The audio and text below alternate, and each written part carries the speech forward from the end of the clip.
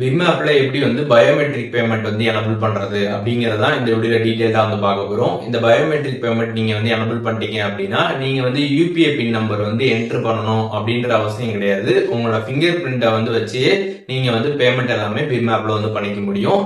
அது எப்படின்ற complete details வீடியோல பார்க்கலாம்.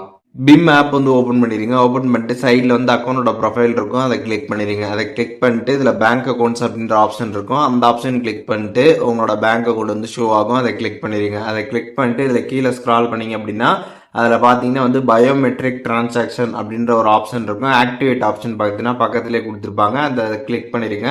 அதை நீங்கள் கிளிக் பண்ணதுக்கப்புறம் பார்த்தீங்கன்னா இங்கே டேர்ம்ஸ் அண்ட் கண்டிஷன் இருக்கும், அந்த செக் பாக்ஸை டிக் பண்ணிட்டு எனபிள் கொடுத்துருங்க. எனபிள் கொடுத்ததுக்கப்புறம் பார்த்தீங்கன்னா உங்களோட யூபிஐ பின் நம்பர் கேட்டிருப்பாங்க, அதை என்ட்ரு பண்ணிட்டு நெக்ஸ்ட்டு கொடுத்துட்டு உங்களோட ஃபிங்கர் பிரிண்ட்டை அதில் நீங்கள் ரெஜிஸ்டர் பண்ணணும். ஒன்ஸ் நீங்கள் அதை ரெஜிஸ்டர் பண்ணதுக்கப்புறம் பார்த்தீங்கன்னா உங்களுக்கு பயோமெட்ரிக் பார்த்தீங்கன்னா ஆக்டிவேட் ஆகிடும்.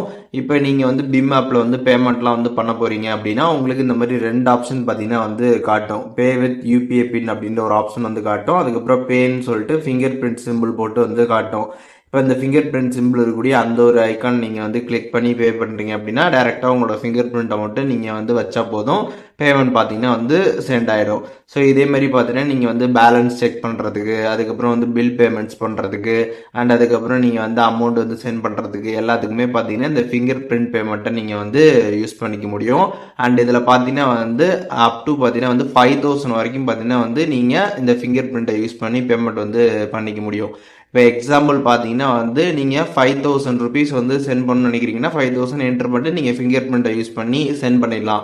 இதுவே 5000க்கு மேலே இருக்கக்கூடிய அமௌண்ட்டை நீங்கள் சென்ட் பண்ணணும் அப்படின்னு நினைக்கிறீங்க அப்படின்னா அப்போதைக்கு இந்த ஃபிங்கர் பிரிண்ட் பேமெண்ட்டை யூஸ் பண்ணி நீங்கள் பேமெண்ட் பண்ண முடியாது, அதையும் தெரிஞ்சுக்கோங்க.